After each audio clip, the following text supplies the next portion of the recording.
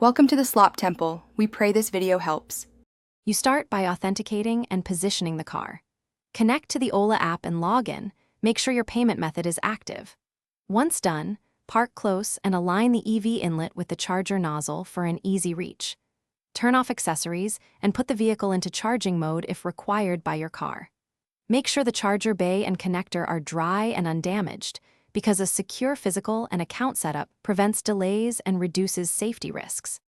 You now initiate the charge. Select the specific Ola Fast Charger in the app and set the power level and target state of charge. Then unlock the charger through the app or RFID. Remove the connector latch and plug it into your vehicle until it clicks. This ensures proper communication. After plugging, confirm the app shows session start and charging KW. Keep an eye on the estimated time and charging curve, because fast charging tapers as the battery fills, and you may need to adjust the SoC target. You finish by stopping the session in the app and waiting for the charger to unlock. Do not force the connector.